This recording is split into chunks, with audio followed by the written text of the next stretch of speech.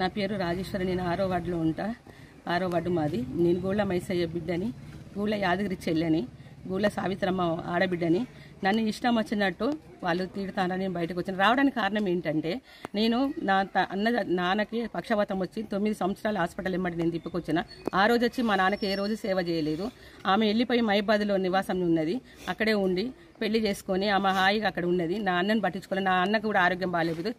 ఏంటి ఈ సంగతి అని అంటే, తల పగలగొట్టిళ్ళు.